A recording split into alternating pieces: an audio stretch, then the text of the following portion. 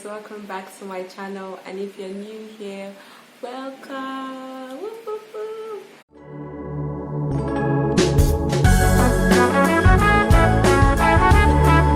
Today I'm going to be talking about something that has been on my mind for a while, based on conversations I've had with a lot of young people. When I have conversations concerning marriage, relationships, and these things have been coming up from time to time, and it's starting to seem like a pattern.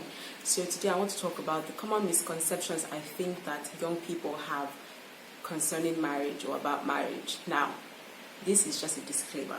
This is my opinion. This is the conclusion that I have reached based on conversations that I've had with different people. So do not come for me if whatever I say does not sit well with you. It is my opinion. Okay. First thing I noticed when we talk about marriage is a lot of people seem to think that marriage is a walk in the park.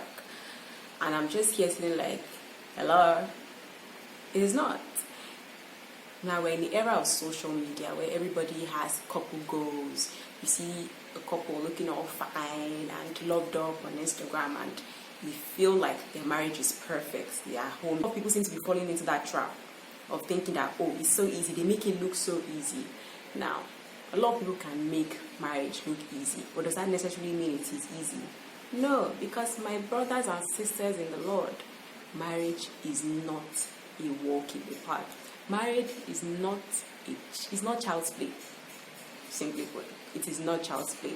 It takes a lot of work, it takes a lot of patience, a lot of understanding, a lot of empathy, a lot of consistency to have a successful marriage. Now, I'm not saying that I know it all, because compared to our mothers and all, I'm a baby in marriage. But based on the experiences I've had so far and how long I've been married, it's not so long anyways, it's going to be 2 years in a few months, I can tell you that marriage takes a lot of work. So if you're one of those people that think that being married is just a joke or is easy, I hate to break the news to you, but my darling, it is not easy. You are going to have to put in the work. Your partner is going to have to put in the work. If you want to have a successful marriage, if you want to be couple goals, you are going to have to work for it. The next thing that I've noticed, or I've heard a lot of people say, is that love is always enough. Now, before I got married, I was part of a school of thought that was against that notion, because I feel like love is never enough. Now, here's why. It's okay. In short, it's a very necessary ingredient to be in love. I mean, totally, utterly, madly in love with your partner. But then there are more important ingredients that you need aside from love. Understanding is very, very, very important. Friendship is the most important ingredient, because let me tell you something. There are days when love will not be around. I can tell you that for free. There are days when you have misunderstanding and love will just decide to exit the group chat, and it will take understanding, it will take patience, and it will take friendship, most importantly, to sort out those misunderstandings. So when I tell you that love is never enough, believe me, there are so many things that you need to have a good marriage aside from love. Now, let me explain it better. Imagine this. You and your partner, you come from different tribes, or even if you come from the same tribe, you have different backgrounds. You were raised differently. You have different upbringing, you have different ideals, you have different ways of reacting, you have different ways of approaching certain issues or situations. Now, you now bring those two people together to live in the same house, to do everything together. Now, tell me, do you think that there will not be misunderstandings? You guys will not have a clash of opinions or something like that? And do you now think just because you love that person, you can overlook all these things? No, you cannot. You might love that person, but that person might have a bad habit that irritates you. And how do you handle that? Just because you love him does not necessarily mean you can tolerate that bad habit. So it takes a lot of patience to be able to, if you cannot necessarily correct that bad habit or change that bad habit, it takes a lot of patience to get to a point of acceptance where you just accept that, okay, guy does not close the door when he comes out of the bedroom, or he always forgets to leave the tap running, or sometimes he uses the restroom and it doesn't flush. Excuse me. We will fight. Love will take a seat while we sort out those issues. But friendship, understanding, patience, compassion, knowing that, oh, this person has his strengths, this person has his weaknesses. So when we have issues concerning those weak points, I'll be compassionate enough to understand that this is a weakness that can be fixed. Do you understand me? So please, if you have the school of thought that love is always enough, think about it again. Now, the next thing I want to talk about is this mindset that a lot of people have. A lot of people seem to think that they can change their partners. Now, here's what I mean. When you guys are dating or courting, you notice that your partner has some really terrible habits. Now, for example, maybe he or she has an anger issue. The person doesn't take to correction or doesn't value your opinion. The person always puts you down or make you feel small or irrelevant. The person has a spending habit, or the person just has a destructive habit that you know is not healthy for that person. Not talk of adding you to the mix. It's not healthy for the both of you. You now seem to think that when you marry that person, or when you guys get married, you will change him or her. My sister, my brother, I don't like being the bearer of bad news, but this one, I have to deliver it. You cannot change a person that does not want to change. Let me say it again. You cannot change a person that does not want to change. So if you feel like, oh, my boyfriend is a bit violent, when he get angry, sometimes he yells at me or he hits me, but he proposed to me and I accepted because I feel like when we get married, it's going to change. It's not going to change. It's going to get worse. Why? Because you have already started accepting it now that you are not yet even married. You have not yet tied your life to him or her.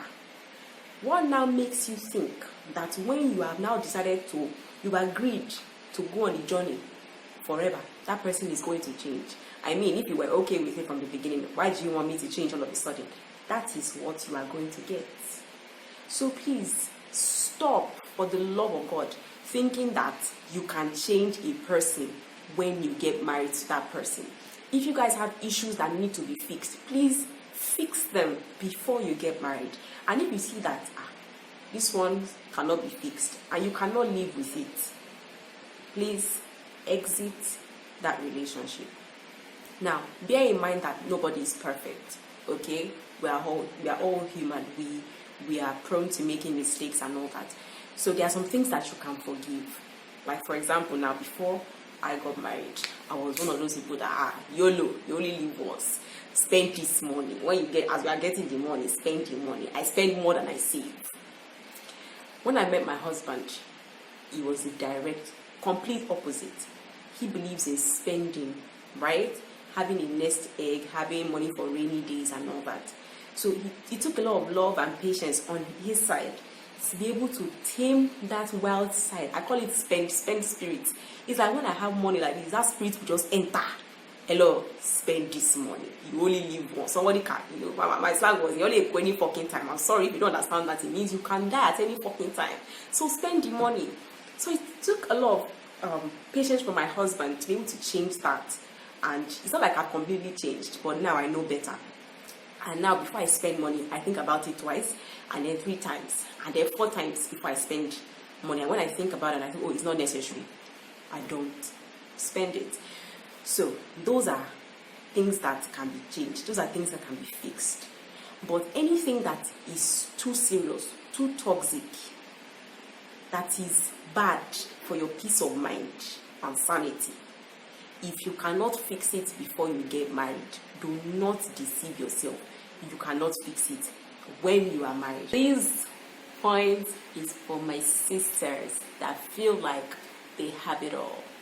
Everybody loves me. I'm such a lovable person. I don't even have to do much. Everybody just loves me. So they carry that mindset and think that I don't have to do anything. My in-laws will love me. They will literally be falling at my feet. Whatever I say is the love. Let me break it to you. It doesn't work that way. Every relationship, be it friendship, be it sexual relationship, every relationship takes effort. It takes work. So if you feel like, oh, I'm beautiful, I'm smart, I'm this, my mother-in-law will love me, and you are not doing anything, like you are just there, you are not doing anything. Now, don't get me wrong. I'm not saying go to your mother-in-law's house, ask her to bring all the dirty clothes of the community for you to wash, or say you want to go and fetch water for the whole neighborhood. I did not send you. That's not what I'm saying. But don't think because you are beautiful or because you are smart and you have a horrible personality or you have no manners that they will love you. I'm from Nigeria. If you're from Nigeria and you're watching this video, in Nigeria, respect is a very big deal. I'm married to a Yoruba man, and I say it all the time. I say Yoruba people feel like they're the most respectful people on the face of the planet. So God help you. Your partner should be a Yoruba person. Not good deal. You are very disrespectful. You are rude. You are unapproachable. You don't take corrections. They cannot tell you shit. They can't tell you nothing. You know it all. Major, there's no way that way. So please, if you think that you don't have to do anything for your in-laws to love you, for you to have a good relationship with your in-laws, I beg to differ. Based on my experience, I beg to differ. So, put in a little bit of work. Don't do too much. Don't overdo it. But do just enough. If you think, or if you are honest enough to tell yourself that, you have some parts that need to be worked on. And then, if you are from a different tribe from your partner, always try to find out the important things or how they do things in the tribe you're trying to get married into. Believe me, it helps a lot. Now, I'm from Delta State. We don't kneel down. Like our knees will touch the ground when we're about to greet anybody. By married a Yoruba man, if you have not knelt down, if your two knees are not on the floor like you're about to serve punishment, that the only thing is really for you to raise up your hand and close your eyes, you never greet to. I had to learn that. So imagine if I'd gone with my normal worry girl way now. And I just dig way. Good afternoon, man. Good afternoon, sir. So you look at me like, this one is a very rude girl. This one, you just say my husband, okay? You never see wife. So please, do not think that you don't have to do anything for your in-laws to love you. If you have a good personality, if you have a good character, they will love you. But if you are rude, you are mannerless, you don't have to talk, you just open your mouth and the words will just be pouring like waterfall. My sister, my brother, I have so many things I wanted to talk about, but I'm starting to realize that if I say everything, this video will be too long. This last one, that is it's common among ladies, Nigerian ladies, because I'm Nigerian, so I can only say this based on my experience and based on the things that we see all over social media. A lot of young women think that once they are married, they don't need friends, especially when most of their friends are single. Like, we're no longer in the same category. I'm not a married woman. I cannot be associated with single girls. No, the annoying part, first and foremost, the annoying part, the part that used to annoy me the most is, when we call these girls, you will make them buy a shrebi. They will do bridal shower for you, ungrateful twat. They will do bridal shower for you. They will buy you a shrebi. They will come to your wedding. Some of them will even support you with money and gifts. You will now marry, finish. They will now want to use you. Now say you don't need them again. Thunder fire you did. On a more serious note though, you need friends. Everyone needs friends. Now, your partner, it should be your best friend. But believe me, you guys should, as much as your lives are joined, that you are now one, you should also still have separate lives and circle. you need a support system. No matter how much you guys love each other, you cannot spend 24/7 with each other. It will even get on. Few people will start getting on each other's nerves. So from time to time, you need to just go and chill with your boys or unwind with your girls. You know, there are times when you want to discuss certain things and you don't want to talk to them. You don't want to talk about them with your partner, not like major things, so just like regular things now, like random things that if you're a girl is termed girls talk. So you not carry the talk to your husband. Like there are just some men don't have that kind of patience for some kind of gist that, like my husband now, if I start gisting him and the story is already getting too long, my guy will just say, "Madam, babe, get to the point. What now? What happened? What happened?" Well, normally if I call my girl, and I tell her, for example, I call yesterday is my makeup partner, and I'm like, "Yesterday, guess what happened?" So on Friday now, as I was going, by 2:30 p.m., this happened. Yesterday, like, say, "Layo, by 3 o'clock, what now happened?" Do you understand? So there's some kind of gist that if you don't have your girls, cannot work. So you need friends. Believe me, you cannot do life alone. It cannot be only you and your husband, me and my husband, me and my wife. It cannot work. You almost run mad, and you almost drive the other man or the woman say mad because what happened? What happened? You are a whole person. Like you had your own life before you got married. And I don't feel like you should now cut off all ties with the world just because you are married. It shouldn't be that way. So please, aunties, my sisters in the Lord, don't fall into that trap. I don't need friends when I'm married. They will not tell you. By the time you are married, and you realize you need friends, now you go start to be finding. They will not have your time again. So to avoid stories that touch, be wise. So guys, that concludes these videos. I hope I made sense and I wasn't just rambling and just going on and on and on. I just really felt like I needed to talk about these things to get them off my chest, because these are things that I hear on a daily basis. These are things I see on social media. So I really hope that I've been able to change some of your minds concerning these things. And if I've not even changed them totally right now, I hope it will give you something to think about. Just reflect that maybe this girl she actually has sense. She knows what she's saying. You know?